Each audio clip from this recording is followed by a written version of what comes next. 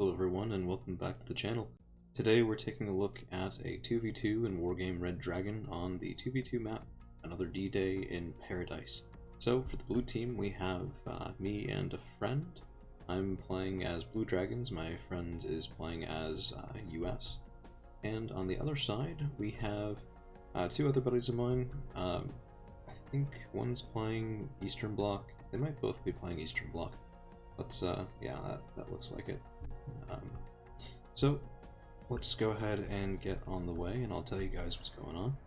So I am focusing on Alpha and Echo. My hope is to drive all the way through Alpha, through to Echo, take it from my opponent on this side, potentially stage some sort of flanking maneuver on the right as well, and just really push through Amphibious if I can, and pressure their home zone while my ally takes the side, Charlie, Hotel, and pushes up toward Gulf.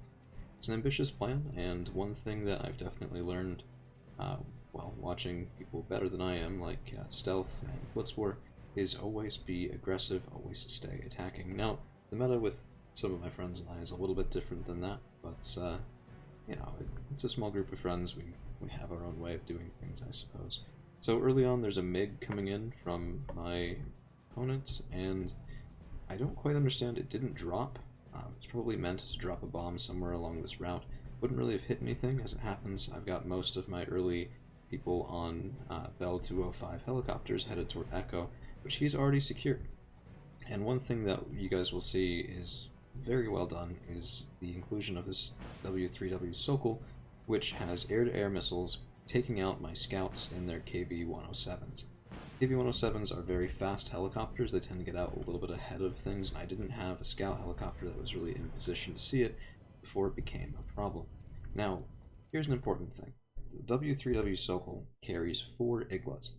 I counted, and I was fully aware at this point that that Sokol had fired all of its air-to-air missiles, which meant that my AH-1S, an 80-point helicopter not usually meant for air-to-air combat, could take him out. The Vulcan is a better nose cannon than the GSZ-23 on the Sokol, and, well, at least I didn't expect any trouble. As it turns out, yeah, I mean, this is a good battle here. Now, my opponent's troops are arriving on the ground, mine are still behind this in the air, but seeing that Sokol, seeing the Mi-7, and how soon he secured this zone, I dropped them farther back, with the intention of walking them up to the town and rushing the bells forward, while my own mechanized troops in Hachikiyu Shikis and Nanasan Shikis can move up and go toward Echo themselves.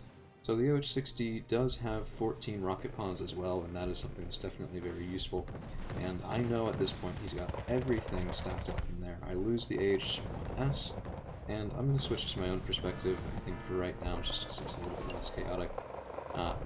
And this is just not a good place to be. So all of my transport helicopters go down, but, well, they gave me information, and that's worth something. 2 Hibernets, and we have 2 groups of UDT SEALs moving up into the town, one in the woods. A little bit slow securing that town there, sometimes they do that, not really sure why, but now we're starting to open up the Carl Gustav M2s, and it's to a very good effect. So one thing you have to be careful about is if they start firing, oh, here it is. Peace Pheasant coming in, and he hadn't really moved most of his equipment, and we get a good bit of it there.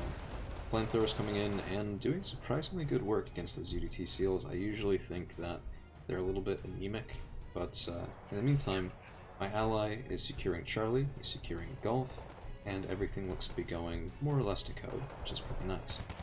So, here's the issue with the flame tanks. They block their own line of sight, so he couldn't keep shooting, and because my men weren't shooting back, they then stopped being detected. But the ones in the forest will have a very, very, very bad day. Still getting a kill when they need it, and still being able to fire those Carl Gustavs at SPW-80s nearby. So we're getting good kills, and the bombing run has definitely cleared things out a little bit, and now the Sujo Buntai and the mechanized forces are moving up. Hachikiyu Shikis coming around to the side, intending to move up this flank and provide fire support, if possible. So now I'm feeling a little bit dicey, right? I have nothing in Alpha, I have a CB going up, I'm going to cap Alpha just to make him think that I have something back there. And my paratroopers that moved up this way, I completely forgot about them day of, and, well, in this replay, they get shot down by a couple cheap AA pieces, unfortunately. So, Hachikyu Shikis, one of the great things about them is that nice KDE-35 autocannon is perfectly capable of taking down nearby helicopters. When we take down a reinforcement Sokol that had been sent in to help secure things, they have decently heavy armor as well. I mean, it's not crazy. Forward frontal, 3 side, 2 back at the top, and another bombing run coming in. Now I'm feeling pretty confident. We've more or less secured this area. The 2 bombing runs both seem to be excruciatingly effective. And, well, we're pushing back his helicopters as well. I do capture 1 resupply vehicle, and now it's time to hunt for that command vehicle. These UDT SEALs, 3 men left, very brave men indeed, are moving up and they're looking for that signature. So in the meantime, in Gulf, there's a bit of a stalemate. I've moved up some troops to help secure this town, and then promptly sort of forgot to get them sorted well with all the combat going on here, so that's my mistake. And my ally is moving up into Hotel as well, which was not contested by my opponent. Probably should have been, but you know, that's the way things are. Artillery now pounding out and moving up into... Oh, yes, this is the town strike. Fortunately, most of these are Yebagun, but it does get very close to killing my ally's command vehicle, which is just in that last toehold in Gulf. It's a very weird placement because there's no protection from cover. But now we've found the command infantry there. There's also Scout 2 APs. This tells me I have infantry probably on the way as well, which is not something I'm really happy with. Doesn't mean for sure. I can't see if they're holding infantry in them. It'd be a little bit of an aggressive move, but it says to me he dropped them off and he attack moved those vehicles up this way. Now, because the captured supply vehicle, our UDT SEALs are back up to 10 men. I think they got up to 12, but now we've taken out his command vehicle and this is looking okay. Hachikyu Shikis on the flank, scout helicopters to guard against flanking maneuvers that he might throw at us. And speaking of, we have THS Mi-28, Mi-8 TVs rather, going up this way and falling for a Pivats. Decently well placed, and what we need on this side is forward scouting. We need forward scout helicopters. The M3 Bradley CFV is overexposed on that cliff, and is going to be an easy target at some point in the match for an ATGM. Here's the infantry I was afraid of, and lots of it is Formosa, which are very, very deadly infantry to infantry fighting, but aren't spectacular at dealing with infantry fighting vehicles like the Hachikyu Shiki. That is definitely shooting into very good effect. More artillery coming down from our opponents, and that is something where they definitely had better organization than we did. Not really using artillery all that much. Missile coming in from that side, and again, I think that's recoil as rifle fire. And yeah, everything here that's armored is going to take a bit of a pounding. The M728 CEVs, Bradley, infantry fighting vehicles, all of it. That was another bombing run, and as it happens, I just missed. I came in right behind his main force, which that really could save me a lot of pain if I hadn't done that. And the Sujo Buntai are being fought off, and I think to myself, okay, well, I have enough to at least make him move slowly. I have a bomber that's getting off cooldown, and I may as well move up past him, because he is going to be pushing me through here. Will probably succeed one way or another. My bombers have once again been having very good effect, and I need to cut off the resupply. So my goal is to go into that edge. Here comes the bombing run, and firing on the last known position. We're going to flip to neutral just to see this effect. Let's see. And yeah, not bad. Killed most of the Formosa, damaged the LSTR, killed a couple of those infantry fighting vehicles, and now our UDT SEALs are about to find something very, very nice. First, a resupply vehicle. Now when this didn't switch, it told me there's something else nearby. I manually targeted it to kill it in the hopes that it might damage whatever is nearby, or at least panic it. I didn't know if it was infantry, vehicles, anything like that, and it is in fact a Sopel, which gets in some good licks before falling to a Carl Gustav shot. Sujo Buntai and UDT SEALs positioned to support each other pretty well, and I do retreat these guys because they're only at 3 men once again.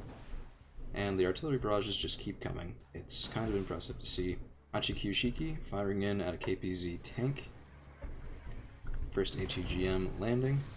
Second HEGM miss, very near miss, and the third is already on the way. That's a kill. Nope, that's not a kill. Nearly. Fourth misses, and I'm lucky I'm outside of this tank's gun range, because it wouldn't even be close. So what I do like about the Hachiki Yoshiki is 25 points apiece and very well armed for that value. There's the tank kill. Probably saves the Hachiki Yoshikis from return fire as well. And now we're shooting at something that's a complete waste, so I tell them to move up manually. Not too bad. Tsujo Buntai moving forward to secure this town as well, having been dropped off by reinforcements. And I've got a couple militia securing the back area in Alpha, and KAFEs with some infantry as a sort of base defense. Counting on, of course, the recon helicopters to screen major advances, or at least give me enough warning that I can get my shit together, as it were. So the UDT seals are in place, and now we're going to be cutting off access to this bridge, and through this other bridge as well, not quite as effectively, but at least being a deterrent to my opponent. So we do lose a scout helicopter to the LSTR. They do carry anti-air weaponry, and you can see the Sopals moving up. This is in response to those bombing runs, and it's probably the wrong choice. So Sopals are, of course, very effective, but their range versus airplanes is incredibly limited, and if I'm doing bombing runs on the town in Echo, I'm not going to be going directly over those Sopals, probably not going to be really in this side their effective range. Hachiki Yoshiki's opening up on a Dyna 1 once again, and very effective ATGM fire taking him out. He did get in one good shot, and that's why that second Hachiki Yoshiki is damaged. But now we're getting fire on the LSTRs, and I'm happy with this. This is, it's very expensive infantry, 35-point infantry, and we're grinding them down with some Tsujo Buntai and transports. I think we also do get a kill here. Let's zoom up nice and close. Surprise ATGM, my friend. It is. And goodbye. So, my ally over here is still being kind of cagey. His Bradley, is about to get a little too close. Here comes the return fire.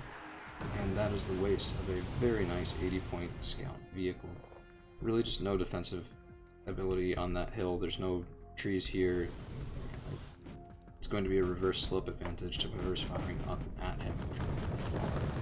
So we have the Fiat, Hachiki Yoshiki's shooting in, and my opponent, I guess, hadn't realized that I had troops here, because these are his infantry reinforcements. Pechota moving in to try and assault this town once again, and it's not going to be quite enough.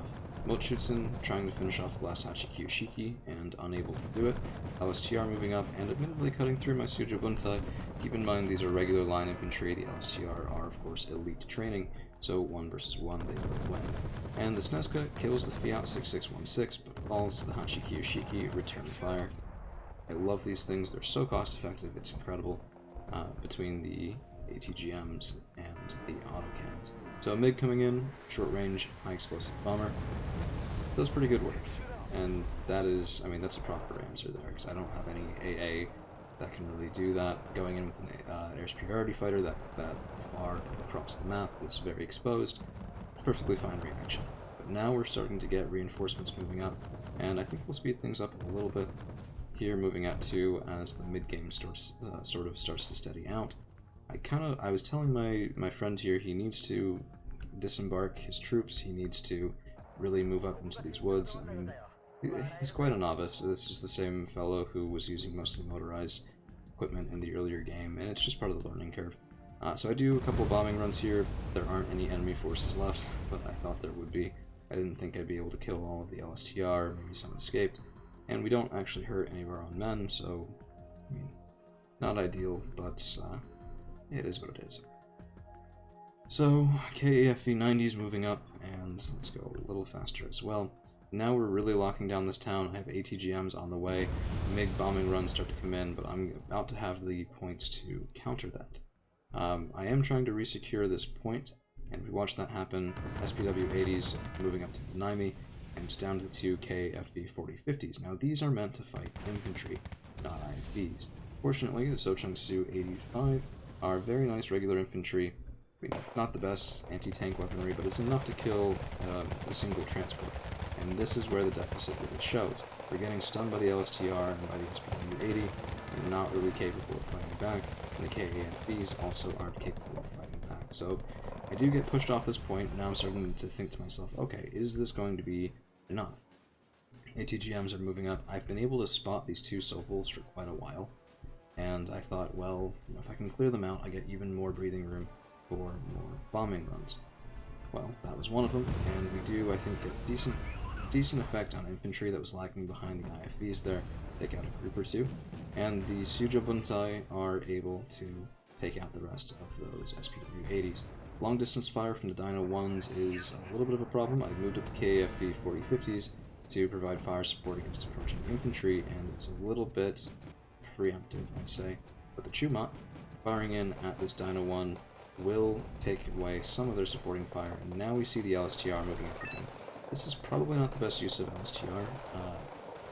They're very, very powerful, very flexible infantry. They're firing their Iglas at my planes, even from this distance, which is kind of crazy when you think about it, but I think they're firing at the lead Peace Pheasant too.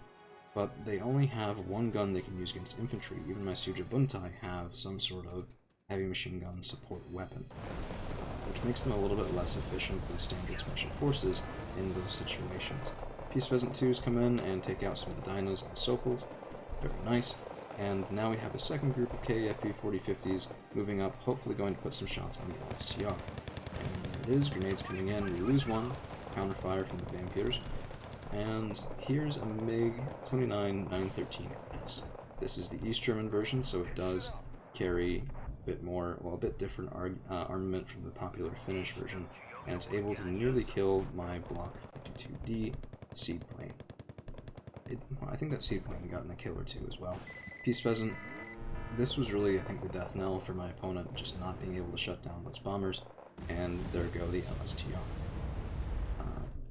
Yeah, I mean, they got a good lick in there at the end. It'll take my plane a little bit more time to recover, but at this point, we're getting a +5 passive, 378 points out of 500, and our opponents are very close to calling it quits. I do finally move up a couple of men, trying to fire in this position and incentivize my friend here to do his own push, but it's not really necessary. I mean, they're not pushing us in Gulf.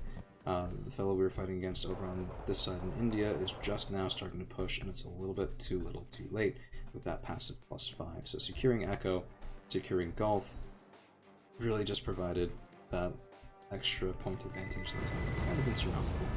We do finally lose those Hachi-Q Shikis that have been there for the entire game, doing very, very good work. And that's a little bit my fault. The Biho is out of position. I should have had more anti-air here. But we do get some revenge with the KF-16C taking out their air superiority fighter, and that'll be the end of the match. Thank you all for hanging around. I hope we'll see you again soon.